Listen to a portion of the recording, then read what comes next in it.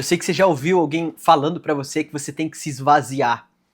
E eu sei que, de certa forma, tá correto, a gente tem que sim se esvaziar de algumas coisas, mas geralmente as pessoas estão pensando numa passagem bíblica muito específica que fala sobre esvaziamento, que é Filipenses 2, verso 5 em diante. Eu vou ler pra você, para que você possa olhar para a palavra diretamente comigo nesse texto, tá bom? Filipenses 2,5 diz: Seja o modo de pensar de vocês o mesmo de Cristo Jesus, que apesar de ser Deus, não considerou que a sua igualdade com Deus era algo que deveria ser usado como vantagem. Antes, esvaziou-se a si mesmo, assumindo a forma de servo, tornando-se semelhante aos homens. Sendo encontrado em figura humana, humilhou-se e foi obediente até a morte e morte de cruz. Olha só, esse texto, né, fala claramente que Jesus esvaziou-se. E geralmente isso é usado como exemplo, tá vendo? Paulo fala que nós temos que nos esvaziar também, como Jesus fez. Mas, meu amigo, deixa eu falar pra você, você não pode se esvaziar. Você já é vazio, tá bom? O esvaziamento de Jesus diz respeito à sua posição, ok? Aquilo que ele fez sendo Deus, tornando-se servo como homem, ok? Isso não podemos alcançar. Eu vou te explicar um pouco melhor o que é que esse texto fala de verdade para você fazer hoje e agora. Fala aí, meus amigos, vocês estão bem? Eu espero que sim, eu tô bem também. Sejam bem-vindos a mais um vídeo aqui no canal. Mais um vídeo onde eu falo para vocês de uma conversa que leva a gente ao que interessa de verdade para nós aqui nesse canal, discipulado. Né? Discipulado muitas vezes é tratado como algo que alguém faz com você, né? Tipo assim, sentar na mesa com alguém, ter um tempo ali de qualidade, de conversa, confissão de pecados. Muitas vezes essas coisas são tratadas diretamente como discipulado. Eu gostaria de propor para vocês que não necessariamente. Na verdade, discipulado é o ato de seguir Jesus de fato, ok? O que isso significa? Significa que você aprende as palavras dele e onde ele vai, você vai. O que ele diz, você faz. E para isso você tem que ler a palavra de Deus. Para isso você tem que conhecer de fato o que Jesus fala sobre as coisas, não é verdade? E isso é uma coisa que tá basicamente esquecida, né? As pessoas estão acostumadas a frequentar a igreja hoje e não param para ler a palavra de Deus de fato e conhecer o que ele quer dizer. E muitas vezes, quando leem a palavra de Deus de uma perspectiva mais humana do que divina, né? Buscando se encontrar no texto, em vez de buscar encontrar o Jesus da Bíblia, em vez de encontrar o Deus da palavra de Deus, para aprender dele quem nós precisamos ser. Agora, o que acontece muito e é o que esse texto muitas vezes desenvolve é pessoas que chegam até o texto, mas enxergam no texto ou além do que ele diz, ou aquém, né? Ficam abaixo daquilo que o texto está dizendo. Eu gostaria de propor que muitas vezes tem um mal entendido aqui nesse texto, porque o texto não diz que nós deveríamos nos esvaziar. Né? Afinal de contas, quando Paulo fala que ele se esvaziou aqui, você precisa entender de verdade o que o texto está dizendo. Né? Ele não disse que simplesmente a divindade saiu de Jesus. Não, ele está falando de uma posição. Ele se fez, veja que a palavra-chave aqui, né, que ele esvaziou-se a si mesmo e assumiu forma de servo. Paulo está falando aqui de uma submissão que Jesus teve. Aquilo que Jesus mesmo disse em vários textos: não faço nada que o meu pai, só faço o que vejo o meu pai fazer, né? Ou ele diz: eu só vim para obedecer a palavra do meu pai. Ou seja, Jesus, ele se colocou em forma de servo. Sendo Deus, ele não se apegou, né, o fato de ser Deus para não precisar se esvaziar. Não, ele esvaziou-se a si mesmo. E é aqui, meus amigos, que mora algo muito importante. Essa posição de servo da qual Jesus assumiu já é nossa posição. Nós já somos humanos. Nós já estamos em posição de criatura e nunca de criador. Por isso que a ordem de esvaziamento, ela muitas vezes não faz sentido. Porque nós ficamos buscando se esvaziar, se esvaziar. Você vai se esvaziar de quê, criatura? Você já é vazio, como eu. Nós já somos vazio daquilo que Jesus se esvaziou. É por isso, meus amigos, que Paulo não diz esvaziem-se a si mesmos. Não, ele diz assim: tende em vós o mesmo sentimento. E aqui é o que nos assusta. Aqui é onde nós somos amassados. Sabe por quê? Porque aqui não é um faça isso, faça aquilo. Aqui é você pode gastar a sua vida buscando nutrir em você o mesmo sentimento que houve no Deus que se fez homem. discipulado. Aqui estamos falando de ser discípulo de verdade. As pessoas estão buscando, muitas vezes, nas comunidades em que frequentam, nas igrejas em que vão, algum tipo de serviço eclesiástico que lhe caiba na sua rotina. Mas não dá para viver esse tipo de cristianismo e nutrir o mesmo sentimento que houve em Cristo Jesus. Porque ele tornou-se homem e tornou-se servo, ele assumiu uma forma da qual nós queremos correr. Jesus, ele não é um homem, ele é o homem. Ele é a verdade sobre a humanidade que nós nunca conheceríamos se ele não viesse até nós. Você tem noção do que é isso, meu amigo? Você tem noção do que é ser um discípulo de Jesus? É conhecer o homem.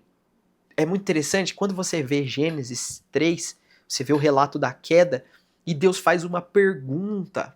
A primeira coisa que Deus diz depois do homem pecar, né, não é que droga, não é nenhuma maldição ainda. A primeira coisa que Deus diz é uma pergunta. É onde está o homem? Por quê? Porque nós saímos de onde fomos criados para estar. A pergunta de Deus, ela não é uma pergunta de quem não sabe o que está acontecendo. Deus não chegou e falou, o que está acontecendo? O que aconteceu? Não, ele é onisciente, onividente, ele sabe de tudo, ele vê tudo, ele pode tudo, ele é Deus. A pergunta de Deus comunica algo muito mais profundo, que se liga muito com esse texto. Deus está dizendo assim, por que o homem não é mais aquilo que eu criei para que ele seja? Por que o homem não está mais onde eu criei ele para estar? Efésios 1 fala assim que Deus nos escolheu nele antes da fundação do mundo para sermos santos e irrepreensíveis. Mas o grande brilho dessa passagem, para mim, é o que fica na parte final, que é quando Paulo fala assim, ele nos escolheu nele para sermos santos e irrepreensíveis em sua presença. Em sua presença. Agora, eu sei que às vezes a gente se perde nesse meio, mas tente pensar no que Paulo está dizendo. Ele diz que Deus nos escolheu nele antes da fundação do mundo para estarmos em sua presença. O pecado nos rouba de onde nós deveríamos estar. O pecado, ele já nos tirou aquilo que nós tínhamos. Nós, por natureza, somos vazios. Vazios até mesmo da nossa humanidade, da qual Jesus nos mostrou o que é a realidade. Nós estamos vazios. Nosso dever não é se esvaziar. Seu dever não é se esvaziar, amigo. Seu dever é ter em você o mesmo sentimento. Vamos fazer um contraste aqui com o que estamos falando? A sua busca como discípulo não é a de se esvaziar. A sua busca como discípulo é a de se encher do mesmo sentimento que houve em Cristo Jesus. O mesmo sentimento que houve em Cristo Jesus muda tudo. Muda tudo. Assim, pra mim, eu não sei como isso soa pra você. Pra mim, soa um alívio. Um alívio. Um alívio, sabe por quê? Porque eu não consigo buscar por mim mesmo. Eu não consigo fazer por mim mesmo. Eu tento vez após vez e falho e a pressão vem sobre mim, mas quando eu entendo que o meu trabalho não é ser simplesmente alguém super autêntico, alguém diferente da qual todas as pessoas amem, não, o meu trabalho é ter em mim o mesmo sentimento que o meu mestre. Essa é a mensagem mais importante da minha vida e é o maior conforto que eu tenho na minha vida, é o conforto que todo discípulo deveria ter. Não é maravilhoso? É uma coisa linda, meus irmãos. É uma coisa bela. Eu sei, muitas vezes a gente está cheio, né? Cheio na cabeça, né? Tentando sair de nós mesmos para buscar alguma coisa assim muito, muito, muito extraordinária. E o que você precisa, que é mais extraordinário do que qualquer coisa que você possa achar, é ter em você o mesmo sentimento que houve em Cristo Jesus. E Vitor, como é que eu faço isso? Como é que eu busco o mesmo sentimento que há em Cristo Jesus? Meus amigos, isso é mais simples do que parece e mais complexo, difícil de se executar do que parece também, ok? Porque ter o mesmo sentimento que houve em Cristo Jesus não tem a ver simplesmente com uma espiritualidade mística, ok? De você sentar ali e buscar uma meditação, assim. A meditação na palavra de Deus, a vida devocional, a oração, né? Quando você acorda pela manhã, pega a sua Bíblia, abre ali, faz um bom café, e falando em bom café, pega um café da Encantos, ok? Meus amigos, Esse café aqui, Desejo, é um dos meus cafés preferidos da Encantos, ok? Sério, é muito bom. Tanto é que eu peguei um kit degustação, que é o que eu recomendo pra você, onde vieram 4 cafés diferentes e depois eu fui e comprei um pacote de 1 quilo desse café aqui, ó.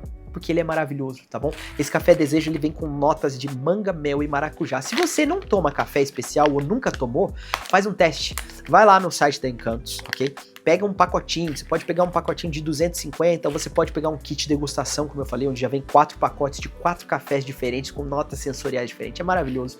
Ou você pode assinar um clube cafezeiro, onde você recebe café todo mês na sua casa, com torra fresquinha, é maravilhoso. Pode comprar em grãos, pode comprar moído já, se você não tem moedor em casa, é maravilhoso. Mas a minha recomendação é: toma café especial. Pega lá pela manhã, faz o seu café ali e deixa subir aquele cheiro suave e prova.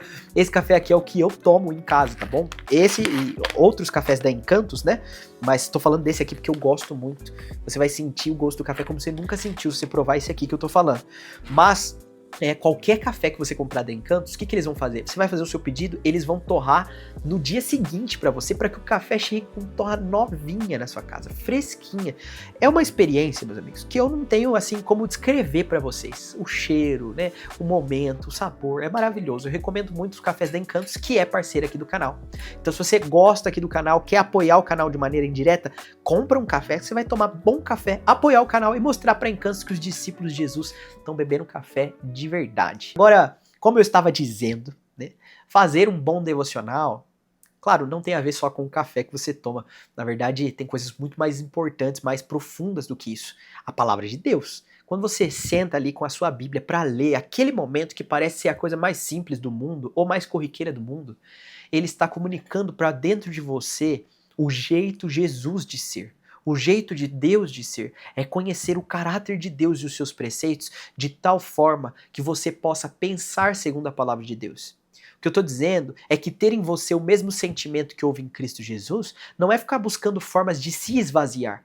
Na verdade, é quando você está em um conflito, é quando você briga com a sua esposa, é quando você briga com o seu esposo, é quando você fica estressado no trânsito, é quando você tem alguém no seu trabalho pedindo para fazer uma coisa imoral. É nesses momentos em que o seu jeito de agir começa a vir para fora e de repente você lembra: opa, esse não é o jeito certo de agir. O jeito certo de agir é o jeito de Jesus. É o sentimento que há em Cristo Jesus. Quando você vai liderar, por exemplo, você tem a tentação de impor sobre as pessoas o seu jeito de agir. Mas quando você vai liderar segundo a palavra de Deus, você lembra que você deve ter em você o mesmo sentimento que houve em Cristo Jesus.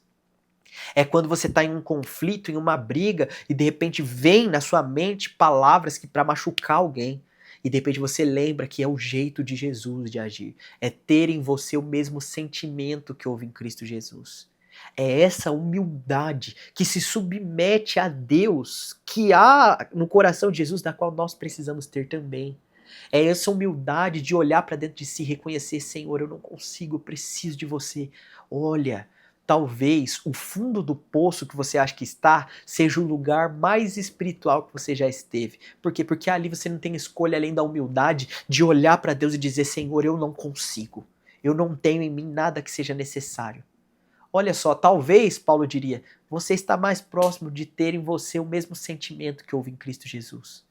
De humilhar a si mesmo, de deixar de lado aquilo que você é para ser submisso à palavra de Deus.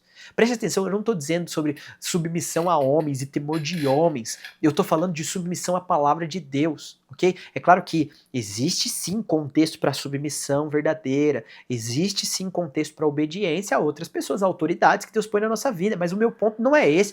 O meu ponto aqui é que ter o sentimento que há em Cristo Jesus é ser discipulado de verdade.